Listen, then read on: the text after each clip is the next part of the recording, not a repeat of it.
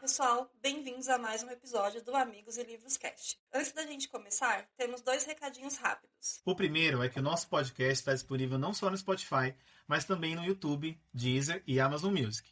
Depois, comenta lá no nosso perfil, o @amigoslivroscast, em qual plataforma você costuma ouvir os nossos episódios. Estamos curiosos para saber. E o outro recado é que temos um link de afiliado da Amazon. Então, se você for comprar qualquer item por lá, seja livro, produto de beleza, mouse ou até um chocolatinho, você não paga nada mais por isso e a gente recebe uma pequena comissão que ajuda o nosso canal a crescer cada dia mais.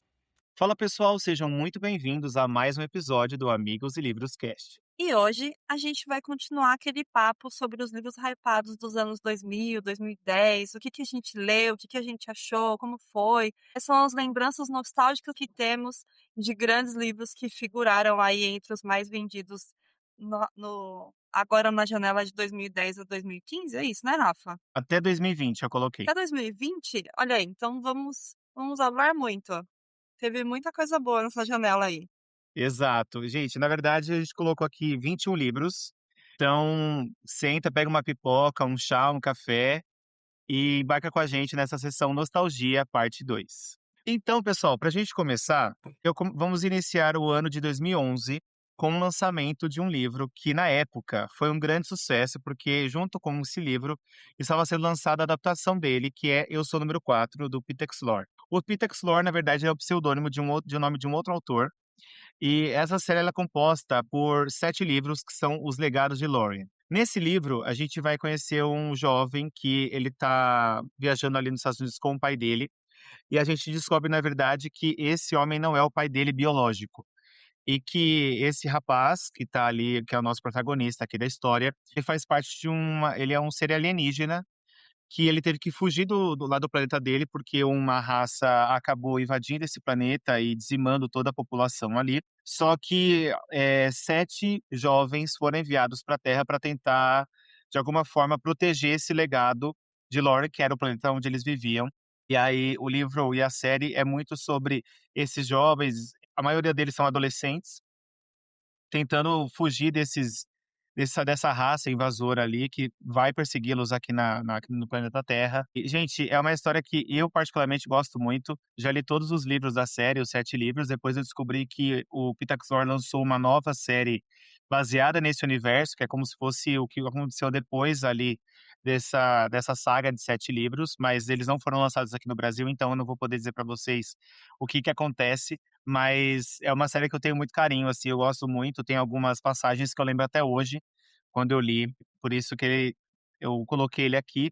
E esse é um livro, gente, bem importante para mim, por conta desse evento do Eu Sou Número 4, foi a primeira vez que eu participei de um evento literário em São Paulo, e a partir desse evento eu conheci muitas pessoas, que eu tenho contato com algumas até hoje por conta desse evento. Foi a partir dali que eu comecei a ter algum certo tipo de networking com algumas pessoas, tanto leitores quanto pessoas também do mercado. Também tem esse ponto, assim, esse significado para mim, esse livro, e por isso que ele está figurando aqui como um dos livros mais hypados, porque na época ele de verdade foi um livro que foi bem falado ali. Interessante. Eu lembro de você comentar muito desse nas épocas que você foi lendo, mas eu de fato não li nada, Uhum. não tive a experiência. Mas vamos ao Sim, próximo livro de 2011 ainda, que também foi muito figurado entre os mais vendidos aí, mais aclamados. Teve inclusive adaptação, que a adaptação foi, o pessoal reclamou um pouquinho. Foi o 16 Luas, da Kemi Garcia com a Margot Stott. Cara, eu lembro que eu li e assisti o filme, foi bem gostosinho, assim. O filme eu achei ok, sem grandes produções, nem nada assim. Foi meio blezinho, mas não do tanto que detonaram o coitado do filme. Eu achei que foi bacana. Porque ele é uma romantasia. Se a gente for trazer pra hoje, ele é uma romantasia exato. que o pessoal gostou bastante na época. Ele tem um menino que se apaixona por uma garota que tem poderes sobrenaturais. E aí ela é de uma família de conjuradores. E aí vai desenrolando um monte de coisa, enfim. Que eu me lembre, foi um livro bom. O que você tem? Você é mais detalhista, mais do cinema e tal? O que você achou dele? Gente, assim, existem 2 coisas sobre essa série. Eu já li os 4 livros, que são 16 luas, 17, 18 e 19 luas. E o mais interessante é que quando teve a adaptação desse livro, gente, pra vocês terem uma ideia, tem Viola Davis desse filme. E eu acho que foi uma questão de marketing mesmo do filme que não foi bem, tal, porque tinha de fato um elenco muito bom, mas eu acho que o 16 Luas, assim como outras adaptações de livros que a gente conhece, eu acho que ele não funciona muito bem numa linguagem audiovisual para o cinema, por exemplo. E eu acho que a forma como a história é contada no livro, para você trazer isso para o cinema, fica muito abstrato, sabe? Então, eu não sei se eles tinham que pensar um pouco melhor como eles teriam que trazer isso para o filme. Eu não acho o filme ruim, tá, gente? Também eu gosto do filme, eu acho o filme ok, mas a história, de fato, ele é bem interessante. Ela se passa em Nova Orleans ali, então tem muito essa pegada de misticismo também que tem naquela região ali dos Estados Unidos. A história é o menino que ele também sonha, né, de ir com uma garota e um dia ele chega na escola e essa garota tá lá. E aí ele começa a ter um romancezinho com ela, tal, só que ela faz parte de uma profecia e a profecia diz que ele vai morrer, enfim, tem toda uma pegada, mas é um filme que eu gostei também e a série de fato também fez um barulho aqui no Brasil quando ela foi lançada. Ela é lançada pela Record. Eu não sei se eles chegaram a relançar essa série aqui no Brasil, mas também é inegável o sucesso dele e por isso que ele também compõe essa lista aqui dos hypes da era digital. Um outro livro que eu também queria trazer aqui para vocês, que aí seguindo também a era pré-distopia, Jogos Vorazes e Divergente e essas outras coisas, a gente teve um lançamento bem interessante aqui no Brasil, que foi em 2011 também, que é o lançamento de Destino, da autora Ali Conde. O Destino é uma série de 3 livros e a gente vai acompanhar a história da Cassia Rice. Ela tem 17 anos, ela vive numa sociedade no futuro e o governo ele controla tudo. Ele decide o que as pessoas vão comer, onde elas trabalham, quando elas vão morrer e também com quem elas devem se casar. E aí, durante essa cerimônia, onde eles vão definir ali o par ideal para você, a Cassia descobre que o melhor amigo dela ele foi destinado para ela, que é o Xander. Tem um problema ali no sistema na hora em que o seu par vai ser revelado, que na verdade aparece o nome de uma outra pessoa, que é o Kai, que é um jovem também ali da região. E a partir disso, Cássia e todas as pessoas envolvidas naquela cerimônia vão começar a questionar o quão perfeita essa sociedade é e se de fato eles conseguem controlar a vida de todo mundo. Esse é o estopim dessa história. Depois a gente vai ter as continuações ali, que é o segundo e o terceiro livro.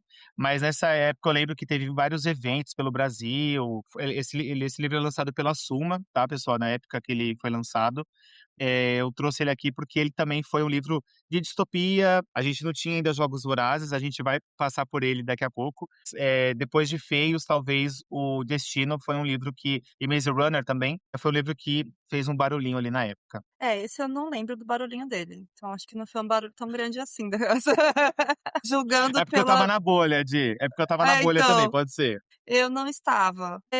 Essa parte de distopia, romantasia, eu nunca mergulhei 100%. Eu li algumas coisas, alguns mais hypados eu acabava entrando na onda e lia também, mas eu lembro que eu nunca mergulhei assim, eu sempre voltava muito para ler os romances que eu gosto, para ler outras coisas, e alguns eu perdi, e aí na minha cabeça não foi tanto hype assim, porque eu não me interessei na casa. Mas vamos ao próximo. O próximo é o meu queridinho, o Maioral, que, gente, eu tenho muita vontade de ler de novo, mas eu tenho muito medo, que é A Maldição do Tigre, da Colleen Hooke. Gente, quem leu A Maldição do Tigre sabe, ele é maravilhoso, ele é perfeito. Eu Também amo. entra na categoria hoje de ser uma romantasia. É uma menina que perdeu os pais, e aí ela precisa arrumar um emprego para custear a faculdade dela e tal, e ela vai trabalhar num circo e lá uma das atrações principais do circo é um tigre branco.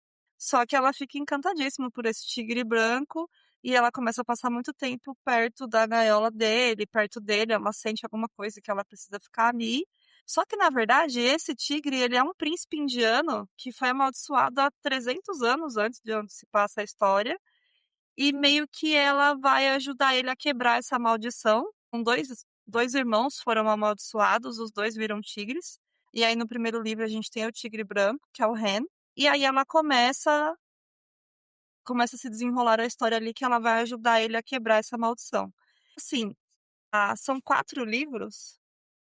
No primeiro foram 4 livros, aí teve um livro que era um spin-off de uma outra personagem, e aí por fim saiu um 5º livro vários anos depois, que era a versão do Ren, que é o Tigre Branco, contando toda a história.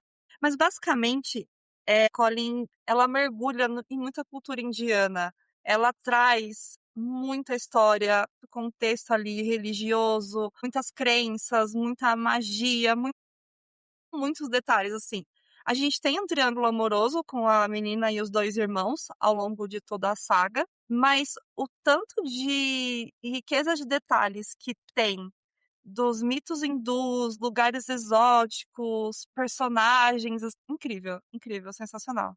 Pra mim, tanto que eu não sei se todo mundo que. Acho que a maioria da galera que tem costume de ler há muitos anos deve fazer isso. Mas de tempos em tempos a gente meio que vai renovando a estante, porque aí chega uma hora que você não tem onde guardar, e você faz uma limpa ali de coisa que não te interessa mais e vai continuando. Nesses de tempos em tempos de renovando a estante, muita coisa do que eu deixei de ler dessa época aí, 2000, até entre 2000 e 2015, eu já doei muita coisa. Mas a minha saga da Maldição do Tigre está aqui intacta, maravilhosa, porque eu amo. E você, Rafa? Gente, Olá, passando rapidinho para te lembrar. Se você está ouvindo pelo Spotify ou pelo YouTube, curte esse episódio e siga o Amigos Livros Cast. Isso ajuda muito no crescimento do nosso podcast. Agora sim, bora voltar pro papo. eu sou suspeito de falar, né, Di? A gente já fala de Maldição do Tigre há muitos anos. E eu lembro que a gente leu os 4 livros da série. A Di ainda leu O Sonho do Tigre, que é o do Ren. Não, Você leu do também, eu irmão te dele. emprestei ele. Mas eu acho que eu não cheguei a ler ele todo, Di. Não?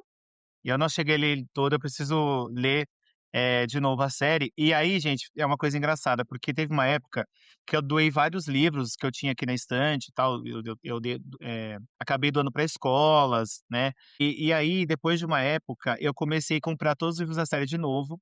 Só que eu não consegui achar o último livro, o primeiro, na verdade, que é A Maldição do Tigre. E depois de muito garimpar sebos em São Paulo, eu consegui achar um exemplar de Maldição do Tigre.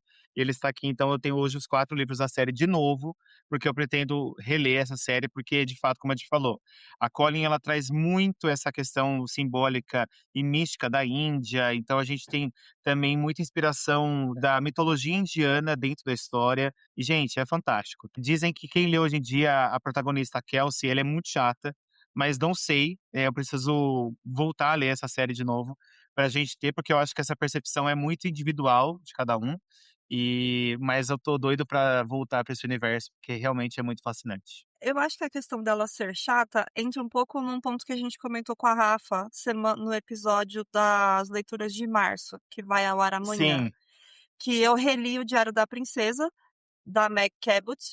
E eu fiquei com a sensação de que a menina era muito chata, cara. Só que da primeira vez que eu li foi mais gostoso. Mas eu acho que quando a gente leu a primeira vez, diferença de idade e as nossas dores, vamos dizer assim, meio que eram similares. Porque ela tava ali, a Kelsey tá naquele começo de vida adulta, trabalhando, tentando fazer faculdade, custear, dificuldade financeira e tal, e ela mergulha ali em toda uma história, um romance. E a gente leu na época da faculdade. Entendeu? Ou até sim. um pouco antes da faculdade, que eu fui pra faculdade. Não, tá certo, foi na época da faculdade. A gente terminou 2014, 2015. Então estávamos na faculdade. Então meio que a gente sentia essas dores da dificuldade financeira e tal. E hoje nós já estamos mais maduros, formados e tal. Então talvez essa percepção de achar que a personagem é chata vem disso. De que hoje não tem mais tanta identificação com as dores dela como a gente tinha há 15 anos atrás, por exemplo. Totalmente, totalmente. Então, assim, gente, é muito legal essa série, eu gosto pra caramba, assim. E eu acho que também é uma questão de, gente, a idade que a mina tinha também. Eu acho que a gente às vezes cobra uma maturidade do personagem que o Sim, personagem não tenha consciência naquela idade que ele tem.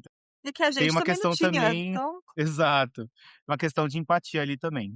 E aí, gente, tirando agora essa parte de mitologias e coisas felizes e contentes, a gente vai para uma coisa um pouco mais pesada. A gente não poderia deixar de falar também de um grande sucesso, que foi A Culpa das Estrelas, do John Green. O John Green, esse livro ele foi lançado em 2012, e nessa história a gente vai conhecer a Hazel Grace, que é uma garota de 16 anos, e ela tá convivendo ali com câncer terminal. E ela leva uma vida meio limitada por conta de todo o tratamento que ela tem que passar, o uso constante ali do cilindro de oxigênio, que ela usa aquele que tem um caninho, sabe, que coloca no nariz e tal. E aí, durante algumas reuniões que ela passa, como se fosse um grupo de apoio ali com outros pacientes, ela conhece o Augustus Waters, que vai ser uma pessoa, um jovem ali também que está passando por um tratamento de câncer. E aí a relação deles é muito interessante porque o Augustus, ele é um cara muito mais leve que a Hazel, né. A Hazel ela é uma pessoa mais dramática, assim, tudo pra ela é muito, mórbido, né. E o Augusto é essa pessoa mais leve, ele leva a vida dele ali, tipo, com muito humor, né, ele acha que o câncer é só uma etapa, não a vida não termina aí e tal. Então eles envolvem uma relação ali que vai se transformar num romance, tenso, emocionante, e eles acabam, né, vivendo essa jornada juntos, ali, unidos por conta dessa condição que eles têm, que é uma jornada de amor, de perda, esperança e esse significado da vida diante dessa fragilidade do tempo. Gente, assim, o Culpa das Estrelas, ele é um livro que pra mim é bem delicado, eu acho que pra todo mundo que leu esse livro. E o filme também é muito lindo, né, com a Shailene Woodley. E eu gosto muito desse livro, eu gosto muito do filme, eu acho o filme muito bem adaptado. Sim, A forma como o John Green ele retrata essa questão, do câncer e da doença, eu acho que não é uma história que romantiza a doença, muito pelo contrário, mas ele tenta mostrar que a doença não é o fim, né, ele é o começo, pode ser o começo de muitas coisas. E esse livro ele tem várias frases muito emblemáticas também, eu conheço gente que tem até, tatuagem da série, do livro, né, escrito com "ok" a no frase. braço, enfim, Aham. que é o "ok" é uma frase do livro ali que eles falam. E é isso, gente. Então eu trouxe ele aqui. E para quem não sabe, o John Green divulgou essa semana, e a Intrínseca também, que ele vai divulgar um livro novo. Ele vai publicar, na verdade, um livro novo agora no segundo semestre desse ano.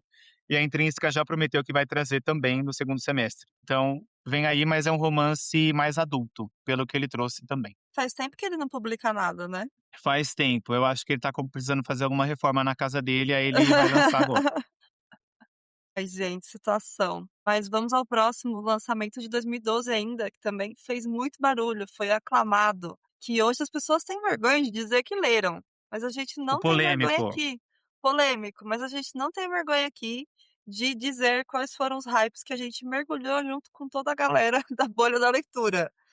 E estamos falando de 50 Tons de Cinza. O primeiro livro explodiu aí, lançou em 2012, né? A gente tem a história de uma jovem que acho que ela é repórter no começo, né, ela vai lá e entrevista o empresário, Ela estuda jornalismo, né, de uma coisa estuda assim. isso, é, ela é estudante de jornalismo no primeiro livro, e aí ela entrevista um jovem empresário, o senhor Christian Grey, Ou um CEO, mega blaster lá dos milhões já, homem alto, atraente, lindo, maravilhoso. E aí ele se interessa por ela e tal, e ela toda tímida, recatada, ingênua, não sei o quê.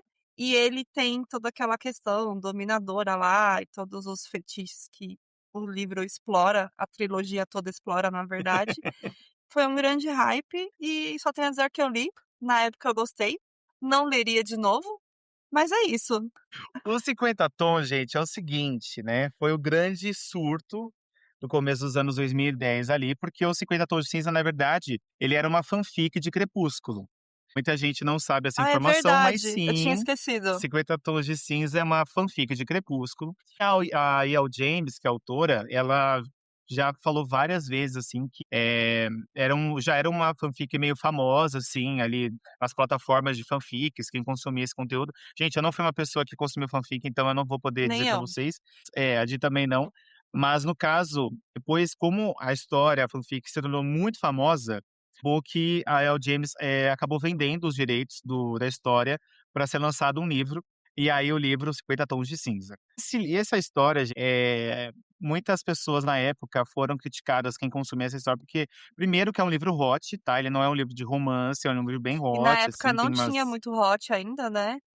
eu acho que o Hot, ele não era tão comercial Não, como é hoje, por exemplo, tá?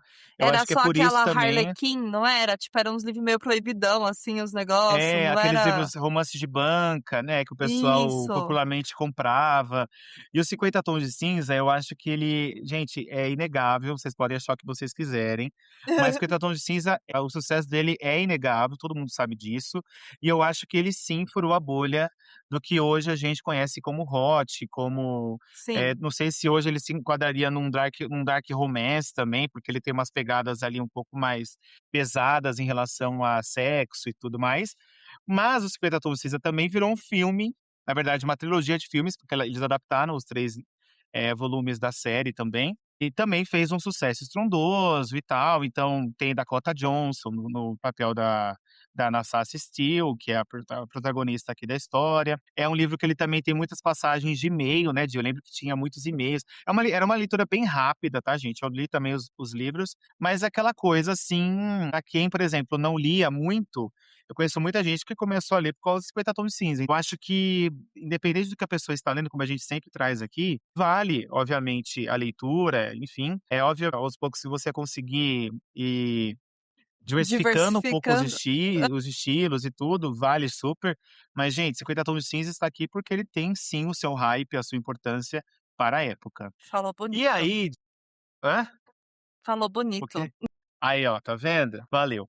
E aí, Di, falando sobre romances agora, voltando um pouquinho, a gente também teve um romance, que é uma distopia também, que estamos falando, sim, de A Seleção, Ai, eu América. amo. E assim, gente, A Seleção, casos muito polêmicos aqui. A Seleção começou com uma trilogia, depois a autora, ela acabou lançando mais 2 livros, que é uma continuação ali, que é da filha da América, né, que é essa personagem principal ali da série da Seleção. E a Seleção, gente, antes de lançar no Brasil, já tinha tido um hype também numa Bienal, porque ele foi lançado pós-Bienal, assim, esse livro não foi lançado na Bienal.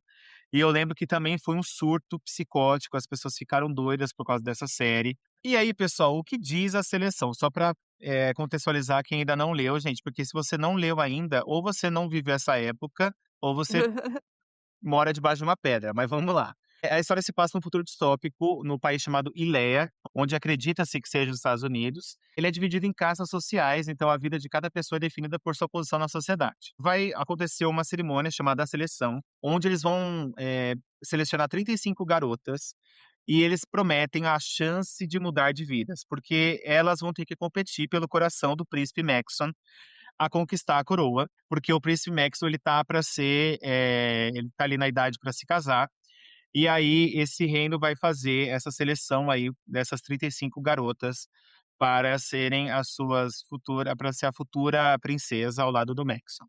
E aí a America Singer, que é a protagonista aqui da história, ela não vê a competição como um sonho. Ela é apaixonada por um outro cara, que é o Aspen, que é tipo o guarda ali da cidade, que ele possui inclusive uma casta inferior à dela, e ela entra no concurso contra a vontade dela, porque a família dela passava muita necessidade, né, de também. Então Sim. eles enxergavam essa oportunidade como uma mudança de vida para melhor mesmo.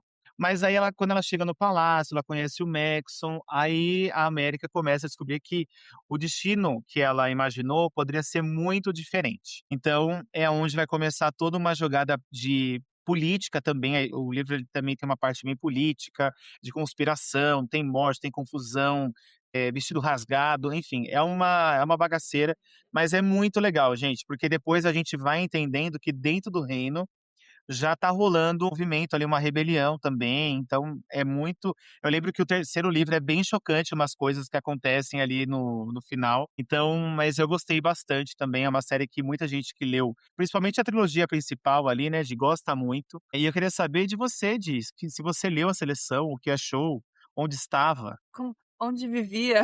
Eu li, sim, eu li todos, li os filmes da filha também depois, mas eu gostei bastante. Eu acho que só o último que eu lembro que tinha se perdido um pouco a história, mas ele é muito gostoso, aí ele tem toda aquela questão de bailes e vestidos e rouponas e menina pobre que tá ali tendo uma oportunidade, e aí tem triângulo amoroso, entrega tudo isso. E eu entrego um Uhum. príncipe lindo e não sei o quê. É uma leitura muito gostosinha. Eu acho que talvez até meio juvenil, assim. Não sei se eu leria hoje. Mas eu É uma lembro distopia que jovem. é uma distopia jovem, mas assim, vale muito a pena. Eu recomendaria, se for para recomendar. Eu gostei bastante. Sim. Mas vamos ao próximo, ao aclamado. Gente, 2012 foi um ano e tanto, hein? Agora que eu tô vendo aqui, Rafa, a lista que você fez de Foi. 2012 foi um belo Vem ano. aí. Estávamos muito servidos. Mas 2012 também teve um lançamento importantíssimo, do qual falamos até hoje e estamos ansiosos por lançamentos e continuações. Jogos Vorazes. O primeiro livro foi lançado em 2012, foi onde tudo começou, foi onde a gente teve lá a história da Katniss começando e ela vai lá e se joga na frente do desafio para ir no lugar da irmã dela para a arena, porque, né, para ser um tributo no lugar da irmãzinha dela. E aí começa todo o desenrolar de Jogos Vorazes. Explica você, Rafa, acho que você explica melhor porque você é mais detalhista. Vamos lá. Jogos Vorazes foi lançado aqui no Brasil em 2012. Ele foi lançado lá fora algum tempo antes. E aqui nessa história, os Estados Unidos ele foi dividido em 3 distritos.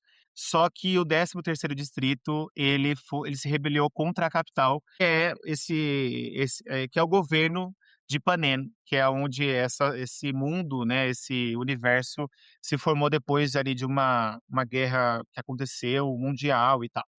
E aí, como lembrança a todos os distritos sobre esse levante que aconteceu contra a capital, eles criaram os Jogos Vorazes, que é esse jogo onde cada distrito deveria enviar dois meninos e duas meninas entre 12 a 18 anos para uma arena e eles precisam lutar até a morte. E aí só vai sobrar uma pessoa e essa pessoa vai viver ali os anos dela numa vila de vencedores e tudo mais. E aqui a gente já está na 74ª edição dos Jogos Vorazes, e durante a cerimônia, como a gente comentou, de escolha ali do tributo, porque eles são escolhidos como se fosse um sorteio de papelzinho É um mesmo, sorteio.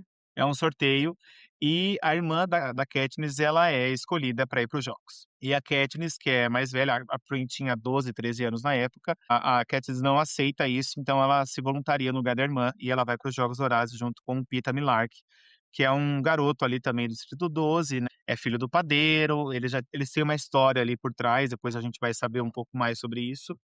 E aí eles vão juntos para a arena e a partir desse momento a história de Panem vai mudar para sempre por conta de todos os desdobramentos que vão acontecendo ao longo da história e principalmente no final. Gente, Jogos Vorazes, eu acho que dispensa comentários aqui, meu e da Indira, acho que todo mundo sabe um pouco da história, se você lê os livros, já assistiu os filmes. Jogos Vorazes está sendo pauta até hoje, graças a Deus. E a gente inclusive Sim. vai ter um filme esse ano, em novembro, que é O Amanhecer na Colheita, que é um novo livro que a Suzanne Collins lançou já no ano passado e o filme já vai sair agora, que é a história do Haymitch, que é o mentor da Katniss e do Peeta nos Jogos Vorazes. A gente vai descobrir um pouco da história dele e dos jogos dele, quando ele participou do Massacre Quartenário, que foi uma edição comemorativa ali de 50 anos dos Jogos Vorazes. Então a história se passa 25 anos antes dos Jogos Vorazes da Katniss que a gente conheceu. E estamos muito ansiosos, obviamente. Jogos Vorazes mudou toda uma cultura, se tornou um ícone pop também, né, para muitas coisas. Hoje a gente tem até em Dubai um parque temático dedicado a Jogos Vorazes. Olha, não Espero sabia que a disso não. gente sim, e tem um parque temático lá em Dubai, de Jogos Vorazes, e é todo legal, bem interessante porque tem de fato até a capital, toda aquela estética do filme assim que a gente vê, tem esse parque lá em Dubai também. Fica a dica aí para quem quiser pesquisar. Gente, eu não lembro o nome do parque, tá? Eu só vi vídeos, enfim. Que bom que temos Jogos Vorazes no mundo. Acho que é uma história, né, que também cria um senso de consciência política nas pessoas. Eu acho que isso é bem importante também. Sim. E aí, falando de distopia, de uma outra distopia que também lançou no mesmo ano de Jogos Vorazes, foi Divergente. E aí, curiosamente, o Divergente, ele foi para os cinemas, só que ele não vingou tanto quanto Jogos Vorazes. Não sei se pela história, se pela produção do filme que não foi bem, porque o primeiro filme Divergente eu acho bem legal até, mas aí o segundo e o terceiro filme para mim são ladeira abaixo. É só ladeira abaixo. É só ladeira abaixo. E aqui no Divergente, gente, é uma outra história. Esse livro é lançado pela Veronica Roth. A Veronica Roth, depois da série Divergente, ela já publicou outros livros também. Inclusive, um dos últimos livros que ela publicou foi Garota Propaganda, e também é uma distopia, mas ele vai para uma outra pegada, assim, mas parece ser bem interessante também. Mas em Divergente, ele se passa numa Chicago futurista e ela é dividida entre 5 facções, baseadas ali assim, na sua virtude. Então tem abnegação, amizade, audácia, franqueza e erudição. E aí a gente vai conhecer a Beatrice Pryor, de 16 anos. Ela precisa escolher entre permanecer ao lado da família ou seguir quem realmente é. E durante um teste de aptidão, que é o processo que todos os jovens, quando eles completavam 16 anos, eles precisavam passar, ela descobre algo que é raro e perigoso. Óbvio, né, gente? É sempre para começar uma história tem que dar um BO, e aí a gente descobre que ela é divergente, ou seja, ela não se encaixa apenas em uma facção. Então ela vai se ingressar na audácia e E aí se e ela ela pode se e escolher a ela qual ela quer, né? exato. E aí ela passa a ser da audácia e ela muda o nome dela para Trish. E aí, por conta dessa mudança do nome e ela entrando na audácia ali, ela vai mergulhar ali no mundo de desafios, segredos e conspirações que podem mudar para sempre o destino da sociedade. Então, eu lembro que a audácia, a galera pula de trem, eles são bem aventureiros, É assim. bem legal. Essa parte, gente, é bem legal, tá? O primeiro filme, inclusive, é também com a Shailene Woodley, que fez A Culpa das Estrelas. Vale super a pena, tá, gente? É um filme que é bem legal essa parte de como eles eram designados, né? Mas ao mesmo tempo a audácia, você não é uma coisa só. Eles defendiam que você pode ser um pouco de tudo, porque você não pode ser definido apenas com uma virtude. As pessoas podem ter várias, né? Também tem uma mensagem por trás aí. O interessante da história do Divergente é que tem algumas facções que limitavam as pessoas. A facção que era da família dela, que é a abnegação, eles meio que limitavam como se fosse uma seita religiosa, vamos dizer assim, com muitas regras, muita Exato. doutrina, muita restrição, tanto de vestimenta quanto a questão com vaidade, e eu acho que acaba meio que referenciando um pouco o que a gente vê em algumas, vamos dizer, marcas religiosas, talvez. Uhum. A gente percebe uma certa referência ali de crítica em relação a religiões quando a doutrina é muito restrita ali. Tem até Fanatismos também. isso, com fanatismos e tal. Tem um trecho que é bem interessante que a antes dela ir fazer lá os testes todos por conta que ela tá aqui com 16 anos, ela tem que fazer os testes de aptidão, mostra uma cena que é a mãe dela cortando o cabelo dela, que parece que, tipo, elas só podiam cortar o cabelo de tempos em tempos, mas os cabelos todos compridos e viviam tudo preso e tal, com roupas muito simples, bem recatadas. E o espelho que tinha na casa era um espelho muito pequeno e ele vivia tampado. Tipo, a mãe só liberava o espelho por poucos minutos para mostrar para a menina como estava o cabelo depois do corte. E se a menina insistisse a ficar ali se olhando, ela fechava o espelho e acabou, você não pode ficar se olhando, que tipo, não era bem visto você se admirar ou se Ser visto ser visto, né? também, né? E enxergar beleza, hein? Eles tinham uma questão também com a vaidade. E aí, quando ela vai, que ela vê que ela, lá nos testes, ela vê que ela é divergente, que ela pode escolher para onde ela quer ir, ela escolhe ir pro Audácia, ela tá num mundo totalmente novo, porque primeiro que ela tá com as roupas dela ainda da vida antiga, vamos dizer assim, então ela é a careta do rolê. E aí ela vai descobrindo um mundo que ela não sabia, porque de fato na Audácia eles prezam muito mais pela autenticidade e soltam as pessoas para elas serem elas mesmas e terem personalidade.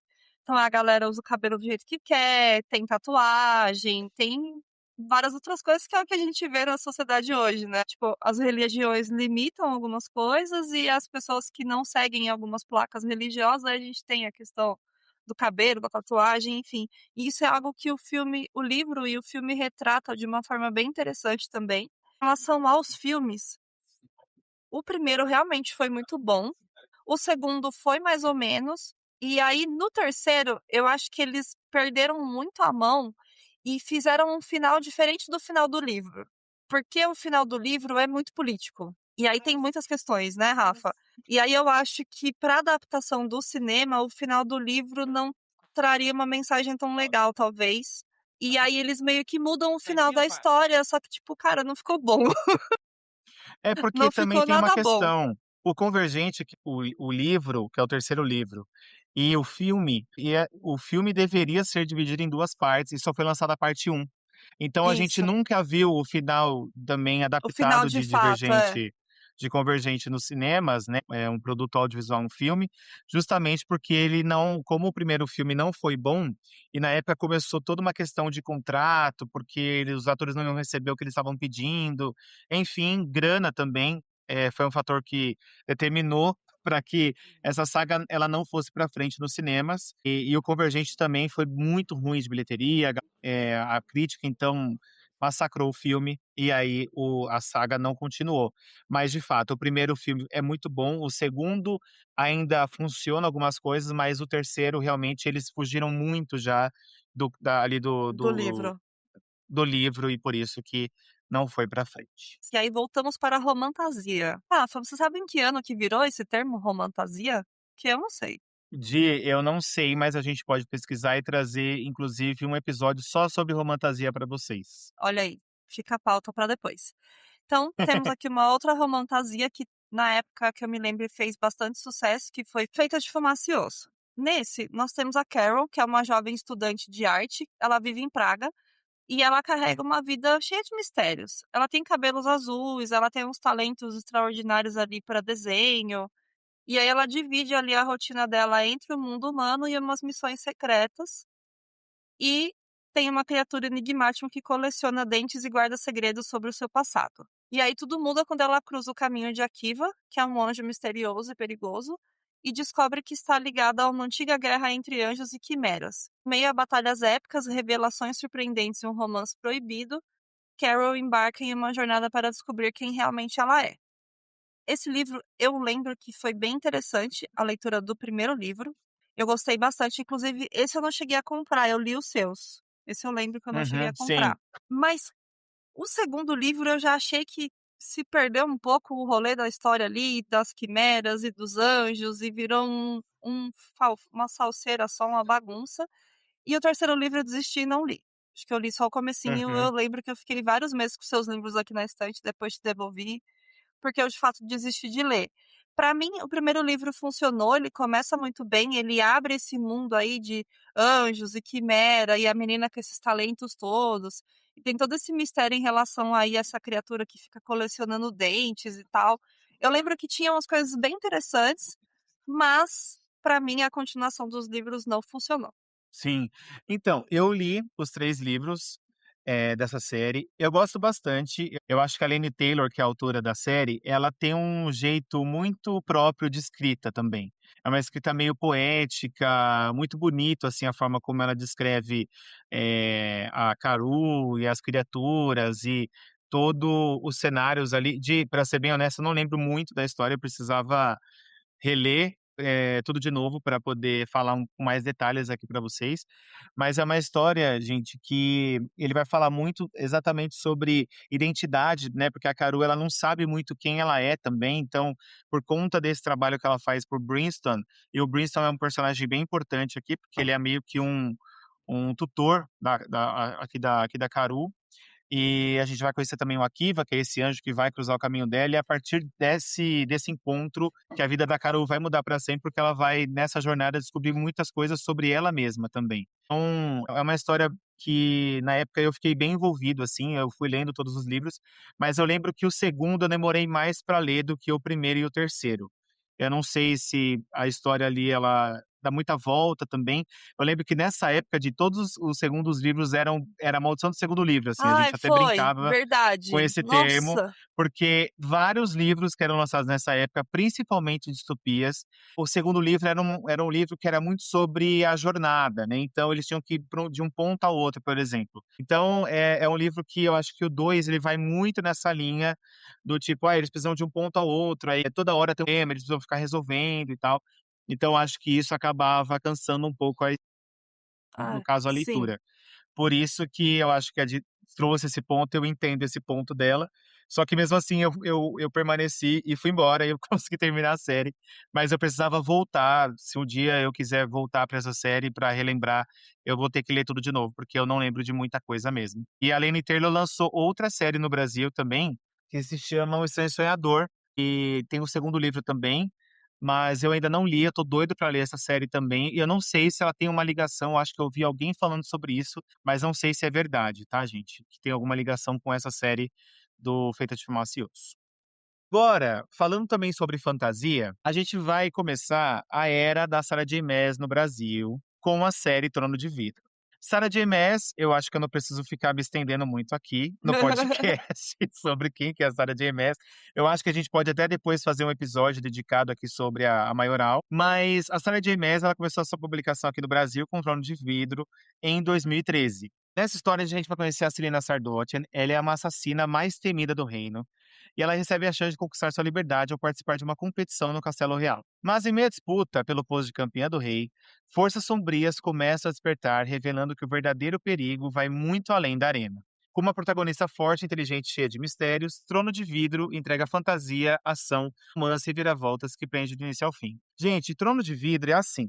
Eu já li todos os livros da série, eu só não li o último, que é o Reino de Cinzas. Eu tenho pânico só de pensar em pegar esse livro para ler, porque eu gosto muito de Trono de Vidro. Eu acho que a forma como a Sarah J. Maas ela construiu essa história, eu não sou muito fã de Acotar ainda, porque eu só li o primeiro, mas o Trono de Vidro, sim, é uma fantasia, assim, gente, com F maiúsculo, porque ela cria todo um world building aqui, uma história, uma conspiração, a história basicamente, ela é uma personagem que ela vai precisar saber a sua história para depois salvar o próprio reino.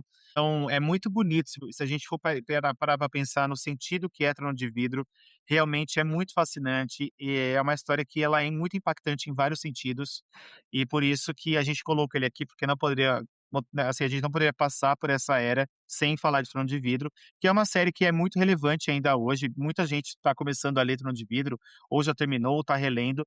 Ainda mais agora com o anúncio que a Sarah J. Maas fez aí de Acotar, que vai ter mais livros aí da série ainda esse ano. E Trono de Vidro, né, para mim é maioral, não tem como. E eu trouxe ele aqui, mas eu preciso ler. Eu quero ver se ainda esse ano eu termino de ler Reino de Cinzas e depois eu marco uma sessão de terapia aí por uns 6 meses para poder me recuperar. Mas é isso. Ok, ok. Este eu não li. Eu lembro que depois dali de Divergente, Jogos Vorazes, Feita de Fumaça e Osso, que eu não gostei, eu acho que foi nessa época aí que mais ou menos eu comecei a reduzir as leituras de sagas e romantasias, porque tava sempre, você começava alguma coisa, o segundo livro era ruim, e aí, né, que é a maldição do segundo livro, e eu acho que pulei algumas coisas, tanto que os próximos que você vai citar aí também, eu também não li.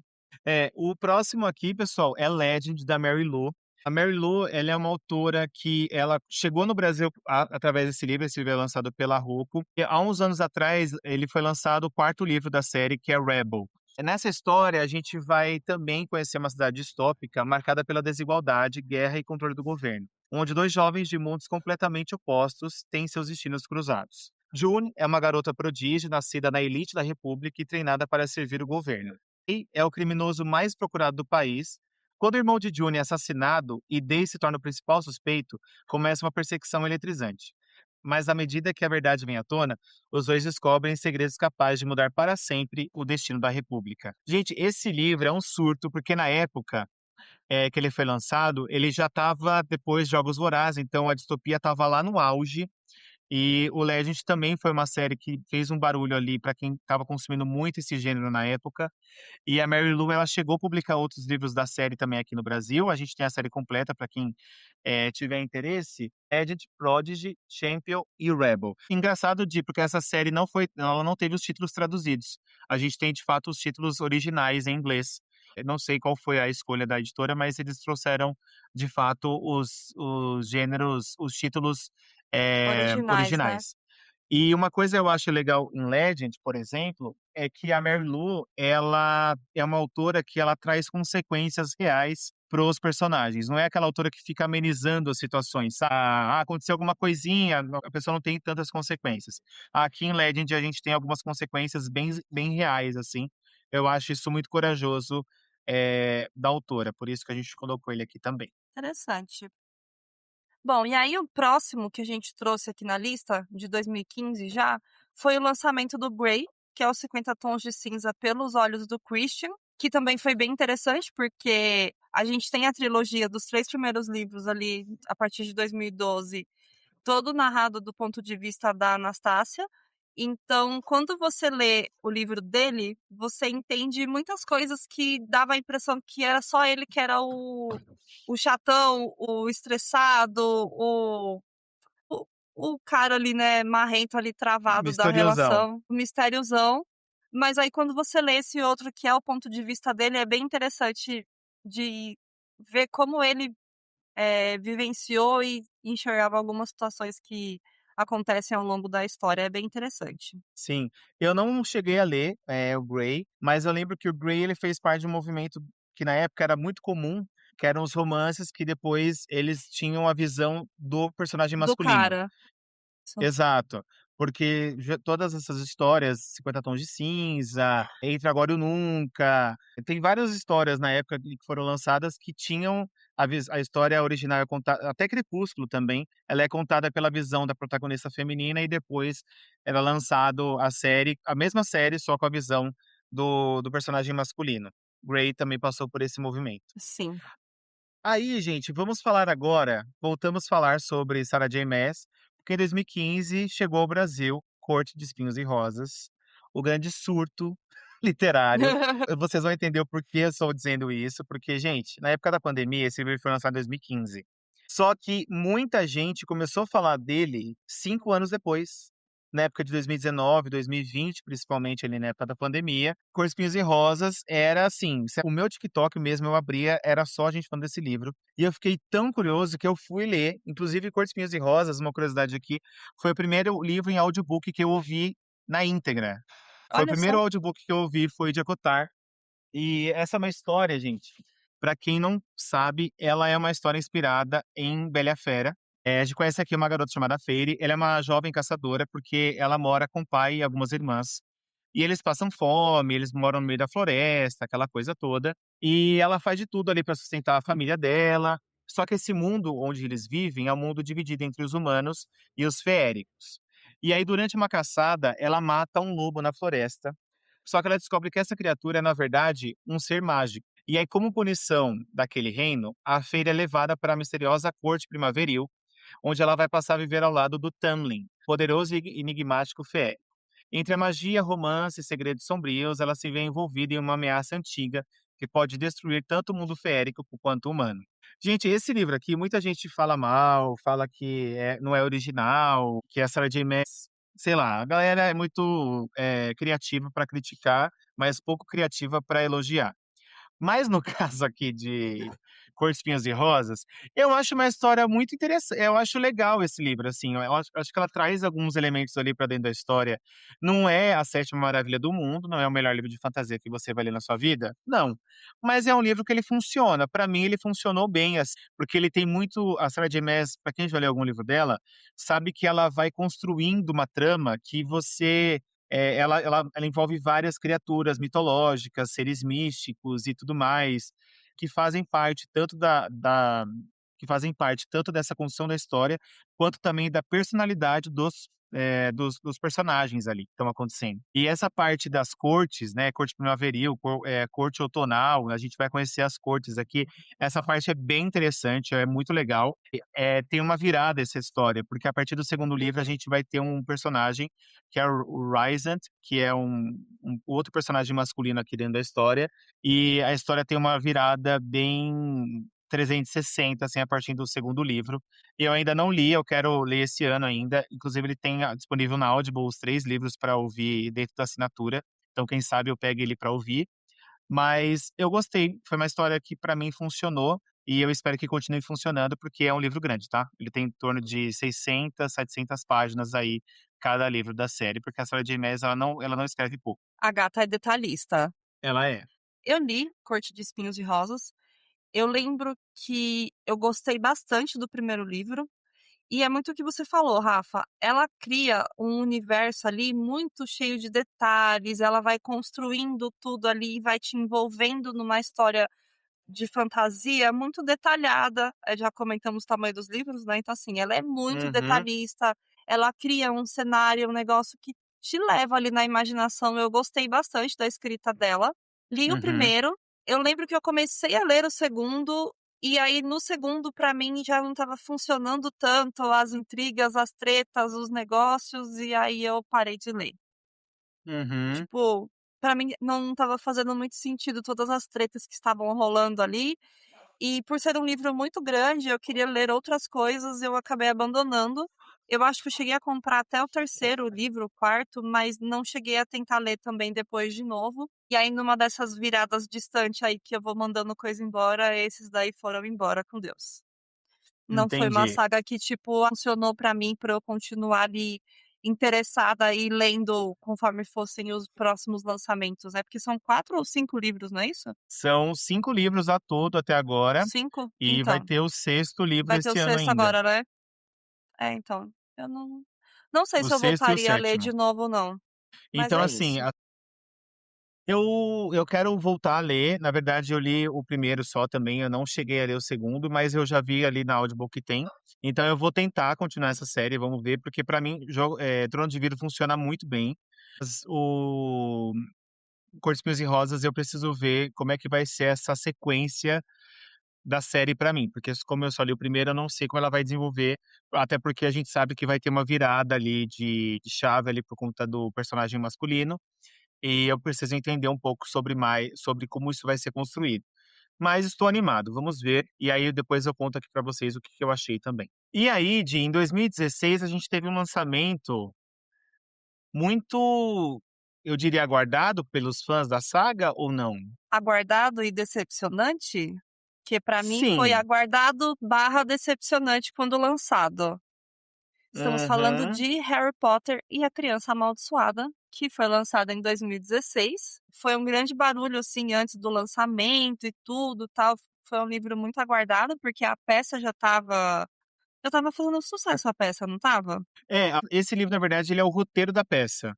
A peça já Isso, tinha sido lançada e aí eles lançaram depois o livro. o livro que é o roteiro. Assim, Uhum. eu acho que eu já tinha lido alguma vez, assim, algum livro que era roteiro de peça e foi legal de ler. Não vou lembrar qual foi agora, mas A Criança Amaldiçoada, pra mim, zero funcionou. Eu devo ter lido só o começo e, tipo, desisti, abandonei. Ele também não funcionou. Não por ser uma estrutura de peça, eu acho que a história em si, pra mim, não foi legal. Eu acho também, gente, que eu não sei, talvez a peça seja muito mais legal de acompanhar.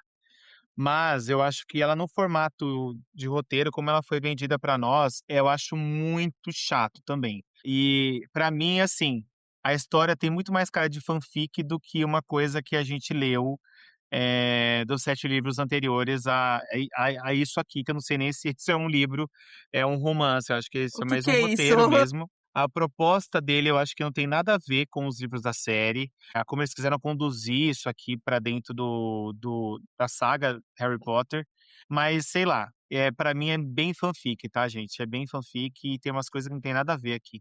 Mas eu não sei, talvez a peça funcione, porque teatro, gente, pode ser mil e uma coisas.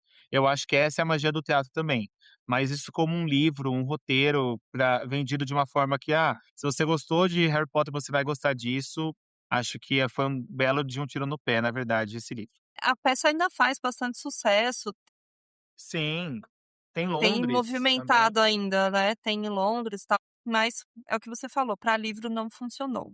Não funcionou, galera. Mas aí, tirando agora de flop para sucesso, para hype, a gente vai falar de A Origem, que foi o último livro que o Dan Brown escreveu e lançou antes de O Segredo Final, que lançou no final do ano passado. E A Origem é um livro que, na época, ele fez um boom enorme também, porque estamos falando de Dan Brown, e o Dan Brown, toda vez que ele lançar um livro, sabemos que ele vai fazer sucesso, sim, É porque é o Dan maioral. Brown, não tem como. E também essa é uma aventura do Robert Landon, que é o protagonista aí de outros livros como Anjos e Demônios, Código da Vinci, Inferno.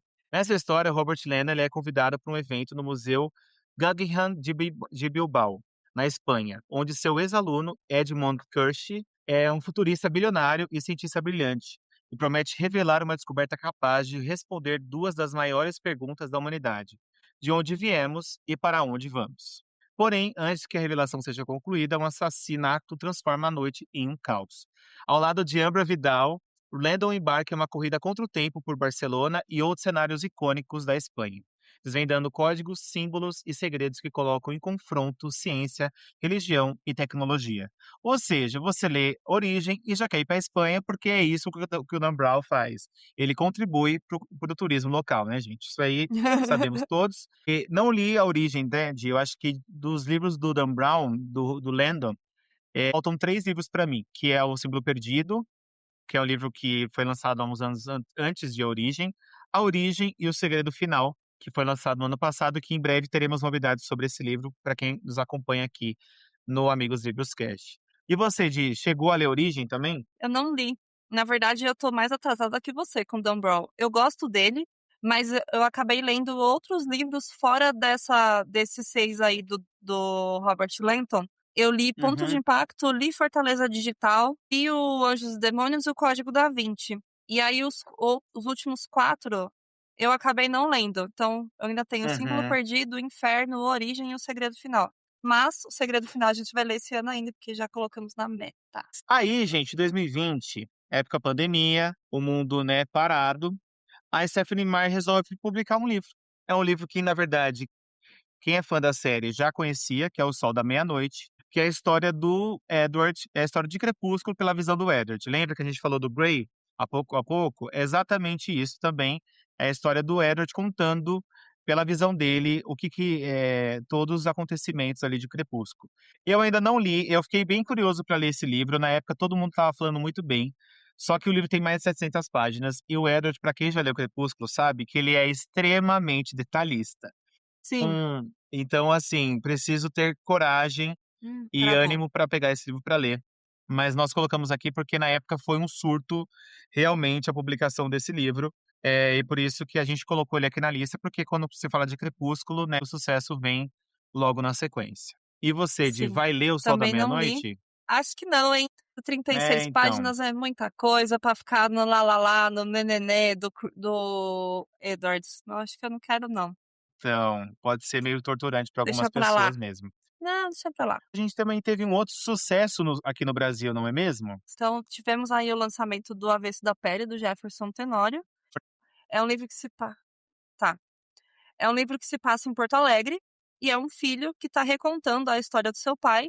E ele explora muita questão de identidade, de racismo, e aí ele faz muita denúncia em relação ao racismo estrutural no Brasil. E um livro muito forte e um livro muito necessário.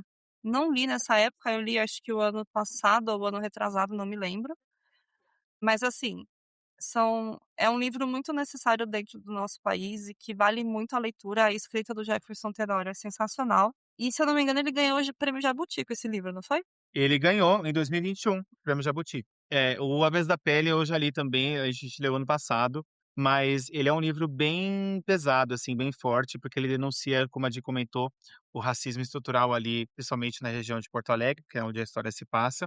E o fato mais curioso desse livro é que ele foi lançado em 2020, em 2021 ele ganhou o Jabuti, e em 2024 esse livro ele é recolhido das bibliotecas de escolas públicas dos estados do Paraná, Goiás e Mato Grosso do Sul, porque, segundo os parlamentares que mandaram retirar esse livro das escolas, eles continham críticas de educadores e políticos a expressões impróprias, a cenas de sexo, configurando, segundo o especialista, a atos de censura. Então, esse livro, sim, sofreu censura na época. Eu acho que hoje os jovens eles têm acesso a coisas muito piores. E um livro que vai tratar de assuntos tão importantes, ele foi retirado nessa época por conta dessas justificativas que que diz, né, entre muitas aspas, educadores e políticos que tinham expressões ali que eram impróprias para esses jovens, para eles consumirem.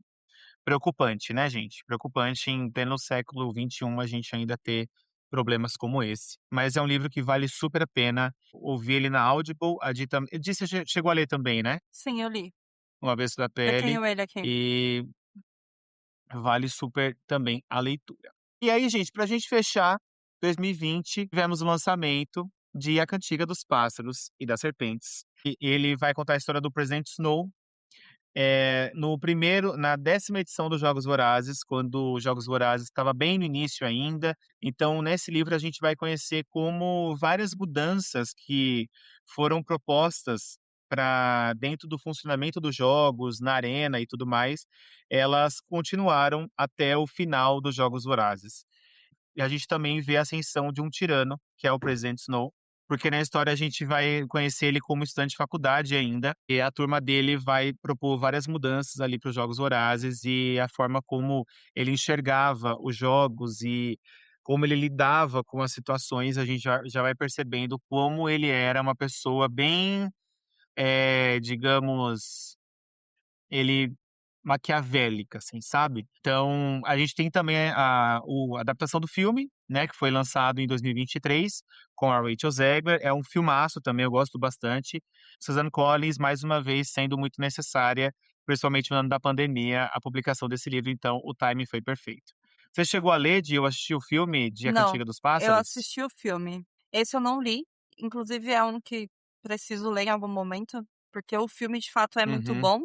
Bom, acho que todos os filmes, todas as adaptações que É tivemos aí da inegável, saga de né. Jogos Vorazes entregam muito, e A Cantiga dos Pássaros não foi diferente, e não senti falta de nada, assim, acompanhando a história, lendo os livros dos primeiros 3, depois assistindo só o filme, mas é uma leitura que eu ainda quero fazer em algum momento. Exato.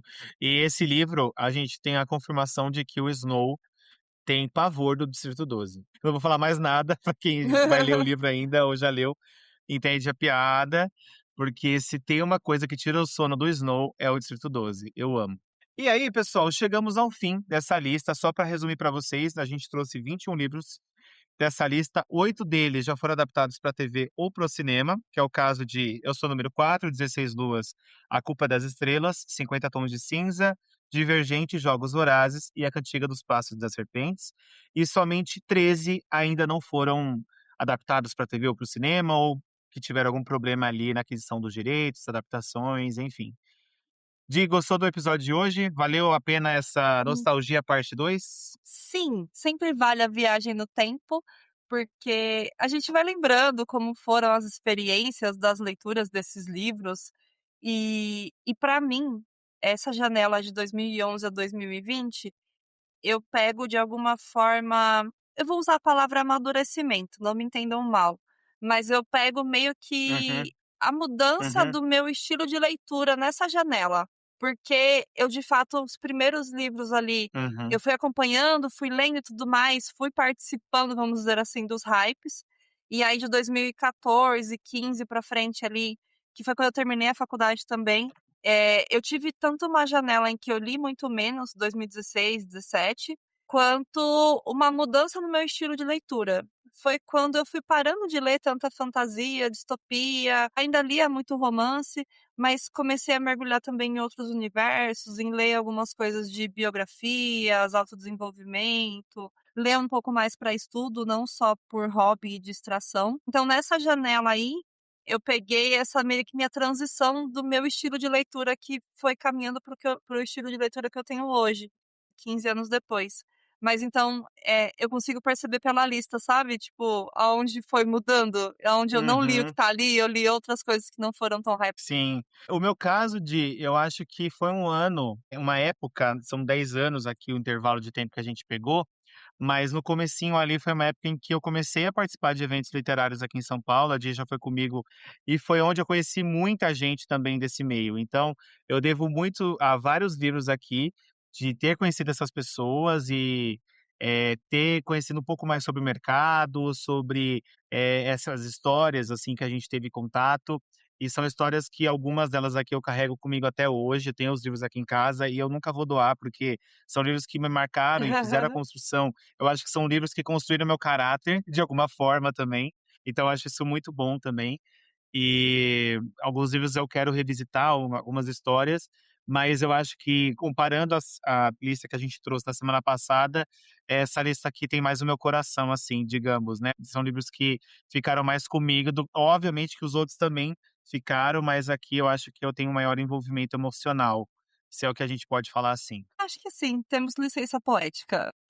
Então, pessoal, é isso. E você, conta pra gente depois quais foram os livros dessa época aqui. Se faltou algum, conta pra gente depois, que a gente quer saber. Quem sabe a gente também leu e não colocou aqui na lista, porque é muita coisa, gente, pra vocês, pra gente colocar aqui. Olha, o bruto desse episódio tá dando 1h15. A gente vai editar algumas coisas, óbvio. Mas se você gostou desse episódio, o que tem que fazer, Edi? Segue a gente no @amigoselivroscast e conta lá o que achou, que a gente vai adorar continuar esse papo com vocês lá nos comentários. E até o próximo episódio. Tchau, tchau. E é isso, pessoal. Tchau, tchau.